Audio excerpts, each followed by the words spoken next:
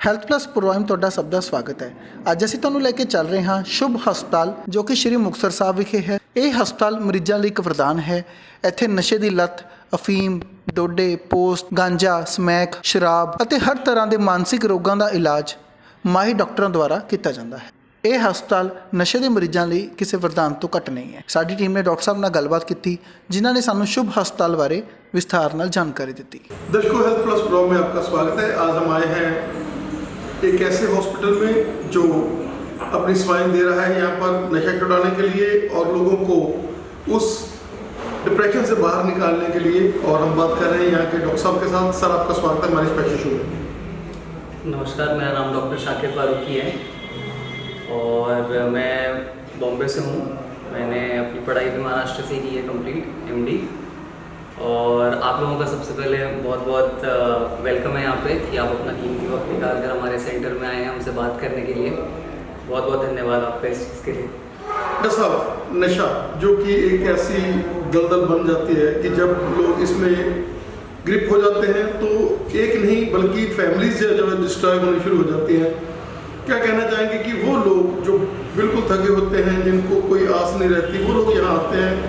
और ज़िंदगी लेकर आप लोग उनकी काउंसलिंग करके उनको पहले एक नॉर्मेसी में लाकर, क्या कहना चाहेंगे कि ये जो नशा है ये लोगों के मन में एक वहम है कि ये नहीं छूटता, जैसे आप लोग यहाँ पर डी एडिक्शन कर रहे हो, क्या कहना चाहेंगे? सबसे पहली बात इस चीज़ में तो जो हमारे पेशेंट्स होते हैं जो नशे की लत से आदी हो रखे हैं, जो परेशान हैं, सबसे पहली चीज़ तो उनमें इतनी हिम्मत होती है, उनकी दाद देनी पड़ेगी कि वो सारे जो दुनिया वाले उनको टोकते रहते हैं, उनको परेशान करते रहते हैं, उनको सुनाते रहते हैं सारी बुरी बुरी चीज़ों को, उन सारी चीज़ों से लड़ते हुए यहाँ पर आते हैं अपनी हिम्मत लेकर, एक भरोसा लेकर कि वो जो परेशानी झेल रहे हैं, वो जो अपने घर वालों को इतना परेशान कर रखे हैं, सारी तकलीफ़, सारी परेशानी लेकर वो हमारे पास आते हैं उम्मीद से कि ये ट्रीटमेंट अगर हो सकता है तो वो करेंगे हम। अब सबसे पहली चीज़ इसमें तो ऐसी है कि जो परिवार वाले होते हैं, आपने बहुत अच्छी बात पूछी, जो परिवार वाले होते हैं पेशेंट्स के, वो बहुत हिम्मत रखे होते हैं। जैसे अब मान लो कोई पेशेंट है जिसको कोई भी तरीके का नशा हो, ये अपने जो पंजाब में नशा ज़्यादा चल रहा है या फिर कोई भी तरीके का नशा हो, उस नशे की हालत में वो बंदा, वो पेशेंट घर जाके बड़ी सारी तकलीफ़ें हो जाती, चाहे वो अपने माँ बाप के साथ हो, चाहे बच्चों के साथ हो, चाहे बीवी के साथ हो। तो जो परिवार वाले उतनी हिम्मत रखकर, उतना समय देकर अगर समझते हैं कि हमारे घर में जो भी बंदा है वो नशे की आदत से परेशान है, और मैंने खुद देखा है जो परिवार वाले होते हैं वो कभी कभार आते हैं हमारे पास हमसे अकेले में बात करने के लिए, खुद आते हैं पहले समझने के लिए कि नशा चीज़ क्या है। तो हमारा काम, हमारा फ़र्ज़ ये बनता है हम उनको समझा देते हैं पहले, फिर वो हमारे से रिक्वेस्ट करते हैं कि सर हम अपने बच्चे को, हम अपने हस्बैंड को यहाँ पर लेकर आएंगे। एक भरोसा उनके मन में आ जाता है, वो जो चीज़ इतने सालों से दबी रहती है उनके मन में, इतनी परेशानी जो झेल रहे होते हैं, वो धीरे धीरे फिर उस पर वो बाहर निकलते हैं, अपने घर वालों से बात करते हैं, जो बंदा नशे की लत से आदी हो रखा है उससे बात करते हैं, उसे हिम्मत मिलती है, वो यहाँ पर आता है। फिर उसके बाद हमारा फ़र्ज़ और हमारा काम वहाँ से चालू होता है कि हम वो बंदे को इतना भरोसा, इतनी हिम्मत, इतनी काउंसलिंग जो भी हमारे उसमें पॉसिबल है, मैं बैठा हूँ यहाँ पर, हमारे काउंसलर्स हैं, हमारे बाकी टीम है, हमारा मकसद बस यही होता है कि जैसे ही वो बंदा हमारे पास आए तो एक दिन में इलाज तो होगा नहीं इस चीज़ का, इतने साल से जो बंदा परेशान है, एक दिन की बात तो होगी नहीं, लेकिन वो जब यहाँ से बाहर निकले तो उसमें एक उम्मीद, एक हिम्मत आ जाए कि ये जो चीज़ से मैं इतने सालों से परेशान हूँ वो ठीक हो सकती है। बस अगर हम बात करें कि इस चीज़ के लिए जब बंदा कोई नशा खाता है तो वो लोग छुपाते हैं इस चीज़ को, और क्या कहना चाहेंगे कि जैसे लोगों को शुगर है, ब्लड प्रेशर है, तो नशा भी एक तरह से एक बीमारी है, और अगर बीमारी में कोई बंदा ग्रस्त हो जाता है तो उसमें उसका कोई कसूर नहीं है, वो उसमें एक तरह की बीमारी उसको लग चुकी होती है, तो बीमारी से हम लोग उसको निकाल सकते हैं। प्रेशर रखना नहीं चाहिए। अगर आपको, जैसे आप सीक्रेसी यहाँ पर रखते हैं, आपने हर बंदे का डाटा जो है वो अलग से रखा होता है कि यहाँ पर कोई भी किसी की चीज़ शेयर नहीं की जाती, क्या कहना चाहेंगे? हाँ, ये जो सीक्रेसी की बात आपने की है, बहुत ज़रूरी चीज़ हमें हमारे पढ़ाई के दौरान भी सिखाई जाती है कि अगर हमारे पास कोई पेशेंट आता है, वो कुछ ऐसी चीज़ें डिस्कस करता है हमसे जो वो नहीं चाहता या नहीं चाहते, किसी और को पता चले, तो वो सीक्रेसी या गोपनीयता जिसे कहते हैं उसे मेंटेन करने का काम हमारा होता है। बहरहाल जो उसके इलाज में चीज़ें लग रही हैं, जो चीज़ें मैं शेयर करना चाहता हूँ अगर मेरे साइकोलॉजिस्ट से, तो वो सिर्फ हमारे बीच की बात रहती है और वो पेशेंट को पता होता है। कभी कभार ऐसा भी समय आता है, ऐसी भी चीज़ें होती है जो पेशेंट चाहता है कि मेरे अलावा और किसी को ना पता चले, तो मेरा फ़र्ज़ बनता है और हम सबका यहाँ पे फ़र्ज़ बनता है कि हम उस चीज़ को अपने तक ही रखें और पेशेंट को वो सीक्रेसी का लाभ, सीक्रेसी का जो फ़ायदा उससे उठाना चाहिए, मिलना चाहिए, वो हम उसे दें। दूसरी चीज़ जो आपने कहा, ये जो बीमारी है, जैसे पहले के ज़माने में बहुत सारी चीज़ें थी जिनका इलाज ही नहीं था, लोग समझ ही नहीं पाते थे कि साइकियाट्री या साइकियाट्रिक डिसऑर्डर्स कोई टर्म है, कोई इलनेस है। पर जैसे जैसे हमने इसमें रिसर्च बढ़ाया, जैसे जैसे हमारे जो साइंटिस्ट थे, जो साइकियाट्रिस्ट थे पुराने, उन्होंने अपना काम बढ़ाया आगे, तो आज ये समय में हम पहुँचे हैं कि जहाँ लोगों ने समझना चालू किया है कि psychiatric disorders, mental disorders, mental health कितना इंपॉर्टेंस रखता है इस चीज़ में। तो जैसे अब हार्ट की प्रॉब्लम्स, वैसे पहले कैंसर प्रॉब्लम थी, उसका भी कोई इलाज नहीं रहा था, लेकिन अब जैसे जैसे समय बढ़ रहा है, साइकियाट्रिक प्रॉब्लम्स को भी उतनी एफिलिएशन, उतना समझ मिल रही है और उम्मीद करेंगे कि धीरे धीरे जहाँ तक हमसे पॉसिबल हो, जहाँ तक जो भी चीज़ें हम कर सकें, वो हम हमारे पेशेंट्स के लिए करेंगे। डॉक्टर साहब, नशे जो कि इमोशनल भी हो सकते हैं, कई बार कोई किसी के साथ कोई ट्रेजेडी हो जाती है, किसी की डेथ हो जाती है, तो आदमी इन चीज़ों में पड़ जाता है। कई बार खुशी के साथ जब लोग ज़्यादा खुश होते हैं तो फिर फ्रेंड्स के साथ लग जाते हैं नशे की लत में। और कई बार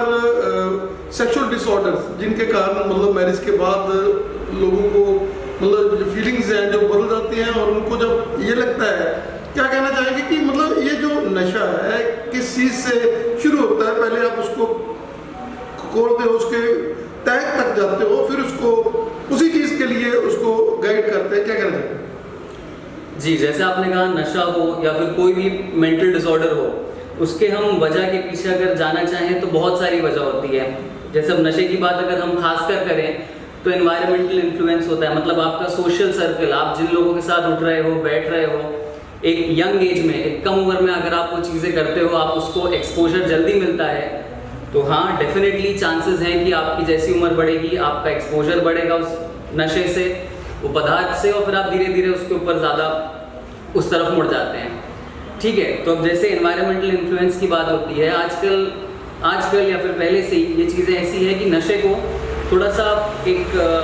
औहदा मिल जाता है कि जब आप 10 लोगों के बीच में हो और उसमें अगर 9 लोग नशा कर रहे हैं, तो जो 10वां बंदा अगर उसको नहीं भी करना हो तो वो दोस्ती बनाए रखने के लिए, उन लोगों के साथ रहने के लिए मजबूरन उसको उसमें दलदल में उतरना पड़ता है। तो इस तरह से जब यंग एज होता है उस समय समझ नहीं होती है, और ऐसे कारणों की वजह से जब बंदे उसमें घुस जाते हैं फिर वापस आना थोड़ा मुश्किल हो जाता है उनके लिए। यही भरोसा, यही उम्मीद और यही चीज़ का जब उनको जब समझ आती है, हमसे मिलते हैं, उनको जब भरोसा दिलाया जाता है, उनसे बात की जाती है कि ये चीज़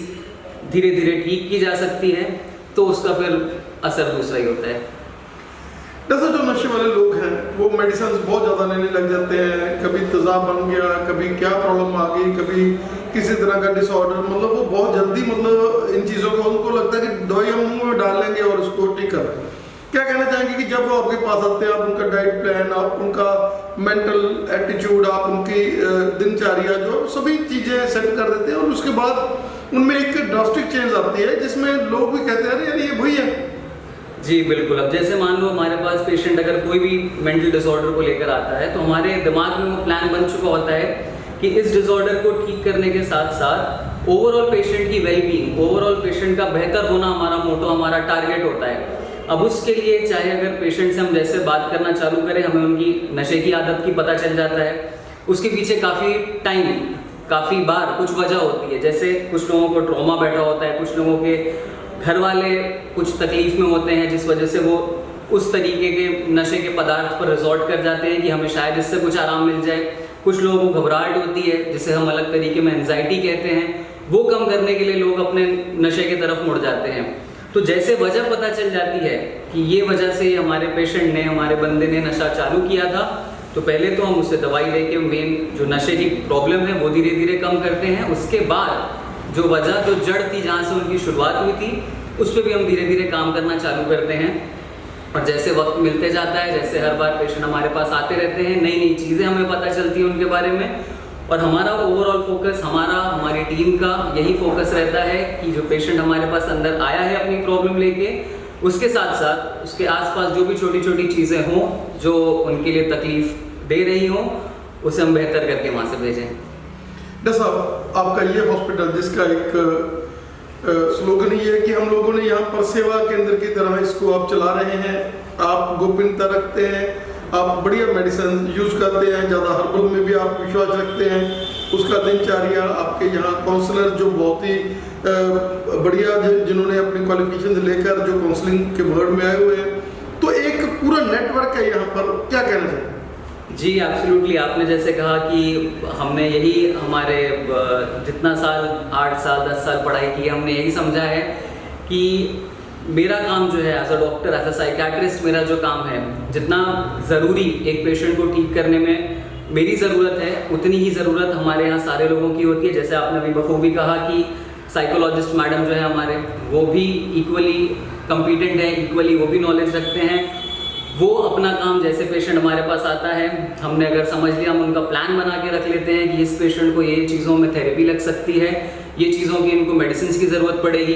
तो वो सारा प्लान हम बनाकर यही चाहते हैं कि जब मैंने पेशेंट को मेडिसिन देना चालू की है, उसके साथ में काउंसलिंग का इम्पोर्टेंस ये रहता है।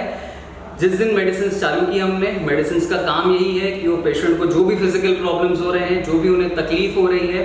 वो उनको तुरंत आराम मिल जाए। जब उनको जिस समय आराम मिले, उसके बाद हम अपने साइकोलॉजिस्ट मैम के पास रेफ़र कर देते हैं उन्हें। उनका काम ये रहेगा कि जो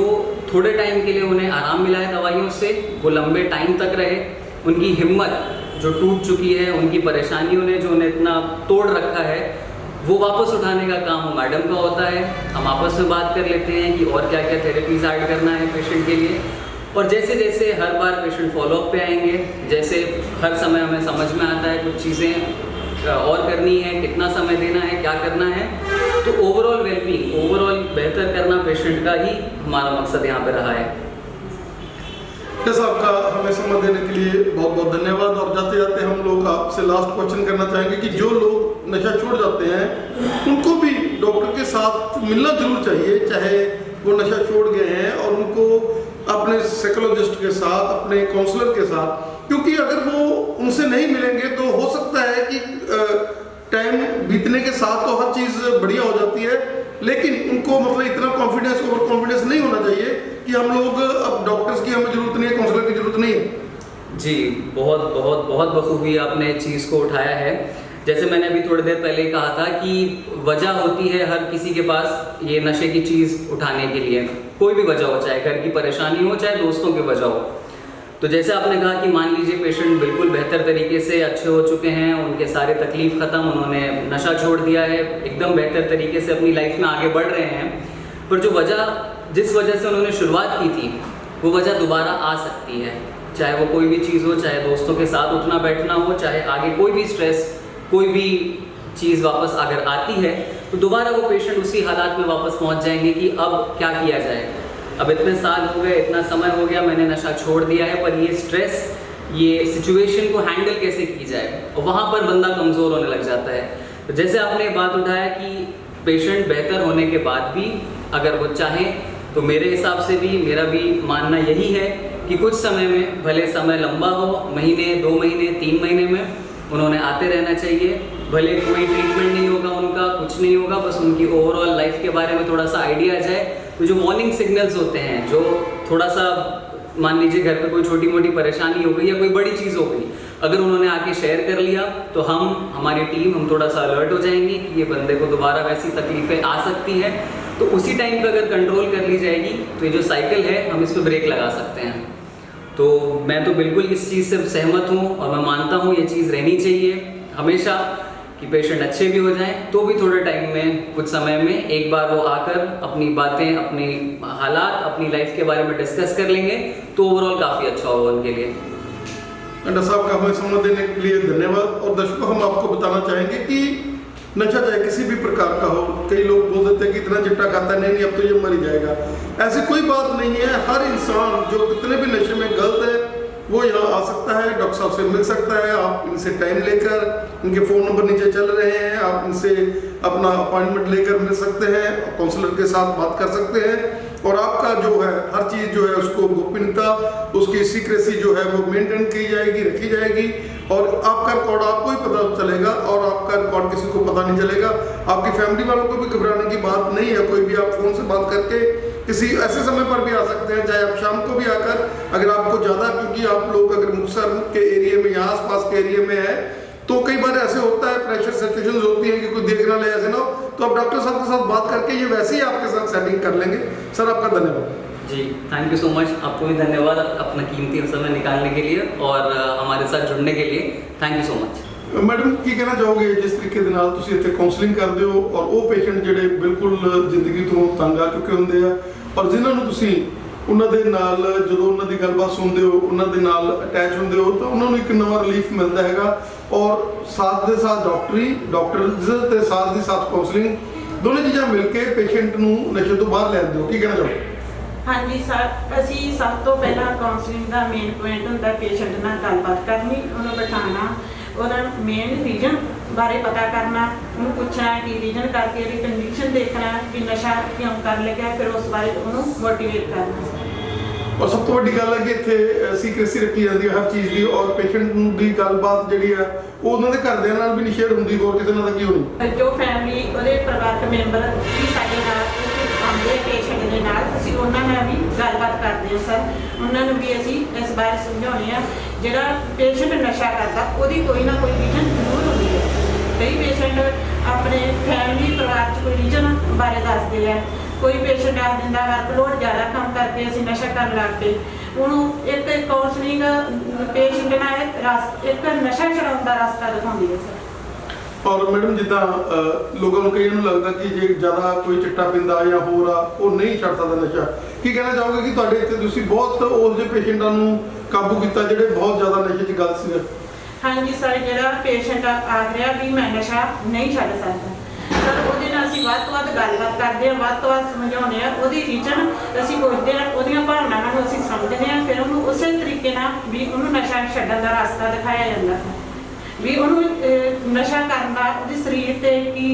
ਨੁਕਸਾਨ ਹੈ ਉਹਦੇ ਬਾਰੇ ਸਾਰਾ ਵੀ ਉਹਨੂੰ ਸਮਝਾ ਕੇ ਉਹਨੂੰ ਉਤਸ਼ਾਹ ਕੀਤਾ ਜਾਂਦਾ ਨਸ਼ਾ ਛੱਡਣ ਦੇ। ਔਰ ਮੈਡਮ ਦੇ ਨਾਲ ਤੁਸੀਂ ਇੱਥੇ ਸਕੈਟਰੀ ਦੇ ਜਿਹੜੇ ਪੇਸ਼ੈਂਟ ਹੁੰਦੇ ਆ, ਜਿਹੜੇ ਡਿਪਰੈਸ਼ਨ ਦੀਆਂ ਲੇਡੀਜ਼ ਆਉਂਦੀਆਂ ਹੈਗੀਆਂ, ਉਹਨਾਂ ਨੂੰ ਵੀ ਤੁਸੀਂ ਕਾਉਂਸਲ ਕਰਦੇ ਹੋ, ਉਹਨਾਂ ਨੂੰ ਪੁੱਛਦੇ ਹੋ, ਉਹਨਾਂ ਨਾਲ ਗੱਲਬਾਤ ਕਰਦੇ ਹੋ ਤੇ ਉਹਨਾਂ ਨੂੰ ਡਿਪਰੈਸ਼ਨ ਤੋਂ ਵੀ ਤੁਸੀਂ ਨਾਲ ਕਰਦੇ ਹੋ? ਹਾਂਜੀ ਸਰ, ਉਹਨਾਂ ਨਾਲ ਵੀ ਕਾਉਂਸਲਿੰਗ ਸਾਡੀ ਗੱਲਬਾਤ ਕੀਤੀ ਜਾਂਦੀ, ਕਾਉਂਸਲਿੰਗ ਅਸੀਂ ਕਰਦੇ ਹਾਂ, ਉਹਨਾਂ ਨੂੰ ਸਮਝਾਇਆ ਜਾਂਦਾ ਵੀ ਉਹ ਕਿਸ ਕੰਮ ਕਰਕੇ ਵੀ ਕਿਸ ਰੀਜ਼ਨ ਕਰਕੇ ਪੇਸ਼ੈਂਟ ਆਇਆ। ਔਰ ਜਿੱਦਾਂ ਆਪਾਂ ਗੱਲ ਕਰ ਲਈਏ ਚਾਈਲਡ ਦੀ, ਅੱਜ ਕੱਲ੍ਹ ਬੱਚੇ ਜਿਹੜੇ ਹੈਗੇ ਉਹ ਵੀ ਪੋਰਨ ਹੋ ਚੁੱਕੇ ਆ, ਮੋਬਾਈਲਾਂ ਦੇ ਉੱਪਰ ਹੋਰ ਆ, ਉਹਨਾਂ ਦੀ ਵੀ ਤੁਸੀਂ ਕਾਉਂਸਲ ਕਰਦੇ ਹੋ। ਕਈ ਵਾਰ ਬੱਚੇ ਜਿਹੜੇ ਜ਼ਿਆਦਾ ਕਰਦੇ ਹੈਗੇ ਆ ਉਹਨਾਂ ਨੂੰ ਤੁਸੀਂ ਸਮਝਾ ਕੇ ਉਹਨਾਂ ਨੂੰ ਡਾਕਟਰ ਸਾਹਿਬ ਦੇ ਨਾਲ ਮੈਡੀਸਨ ਕਈ ਵਾਰ ਦੇਣੀ ਪੈ ਜਾਂਦੀ ਹੈ ਉਹਨਾਂ ਨੂੰ, ਔਰ ਕਈ ਵਾਰ ਨਾਲ ਕਾਉਂਸਲਿੰਗ ਦੇ ਉਹ ਬੱਚੇ ਜਿਹੜੇ ਹੈਗੇ ਆ ਮੁੱਖ ਧਾਰਾ ਸ਼ਾਮਲ ਹੋ ਜਾਂਦੇ। ਹਾਂਜੀ ਸਰ, ਫਿਰ ਜਿਹੜਾ ਵੀ ਕੋਈ ਵੀ ਬੱਚਾ ਜਾਂ ਸਟੂਡੈਂਟ ਹੈ ਕਿਸੇ ਵੀ ਰੀਜ਼ਨ ਕਰਕੇ ਸਾਡੇ ਕੋਲੇ ਆਉਂਦਾ ਸਰ, ਉਹਦੇ ਨੂੰ ਉਹ ਬੱਚੇ ਨੂੰ ਸਮਝਾਇਆ ਜਾਂਦਾ, ਨਾਲ ਉਹਦੇ ਫੈਮਿਲੀ ਪਰਿਵਾਰ ਹੁੰਦਾ ਉਹਨਾਂ ਨੂੰ ਵੀ ਸਮਝਾ ਕੇ ਦੱਸਿਆ ਜਾਂਦਾ ਕਿ ਬੱਚੇ ਨਾਲ ਇਸ ਤਰ੍ਹਾਂ ਗੱਲਬਾਤ ਕੀਤੀ ਜਾਵੇ ਤੇ ਨਾਲ ਉਹਨਾਂ ਨੂੰ ਮੈਡੀਸਨ ਦਿੱਤੀ ਜਾਂਦੀ ਸਰ ਬੱਚੇ ਨੂੰ। ਕਈ ਵਾਰ ਕੋਈ ਵੀ ਪੇਸ਼ੈਂਟ ਹੈ ਜਾਂ ਬੱਚਾ, ਉਸ ਨੂੰ ਵੀ ਨੀਂਦ ਦਾ ਹੋ ਜਾਂਦਾ, ਨੀਂਦ ਘੱਟ ਆਉਂਦੀ ਕਰਕੇ ਜ਼ਿਆਦਾ ਵੀ ਵਰਕ ਕਰਕੇ ਜਾਂ ਸਕੂਲ ਦਾ ਵਰਕ ਕਰਕੇ ਬੱਚਾ ਜ਼ਿਆਦਾ ਇਸ ਚੀਜ਼ 'ਚ ਚਲਿਆ ਜਾਂਦਾ ਸਰ। ਤਾਂ ਤੁਹਾਡੇ ਖਿਆਲ ਦੇ ਮੁਤਾਬਕ ਬੰਦੇ ਨੂੰ 8 ਘੰਟੇ ਜ਼ਰੂਰ ਸੌਣਾ ਚਾਹੀਦਾ? ਹਾਂਜੀ ਸਰ, 8 ਘੰਟੇ ਜ਼ਰੂਰ ਸੌਣਾ ਚਾਹੀਦਾ ਔਰ ਟੈਨਸ਼ਨ ਲਾ ਕੇ ਸੌਣਾ ਚਾਹੀਦਾ, ਮਤਲਬ ਇਹ ਨਹੀਂ ਕਿ ਵੀ ਉਹਦੇ 'ਚ ਸੌਣ ਲੱਗੇ ਪ੍ਰਮਾਤਮਾ ਦਾ ਨਾਮ ਲੈ ਕੇ ਧਿਆ ਕੇ ਮਤਲਬ ਸੌਣਾ ਚਾਹੀਦਾ, ਜਿਹਦੇ ਨਾਲ ਬੰਦਾ ਆਰਾਮ ਨਾਲ ਸੌਣਾ। ਹਾਂਜੀ ਸਰ, ਉਹਨੂੰ ਟੈਨਸ਼ਨ ਤੋਂ ਫਰੀ ਹੋ ਕੇ ਸੌਣਾ ਚਾਹੀਦਾ ਸਰ। ਥੈਂਕ ਯੂ ਮੈਡਮ, ਬਹੁਤ ਬਹੁਤ ਧੰਨਵਾਦ। Thank you sir.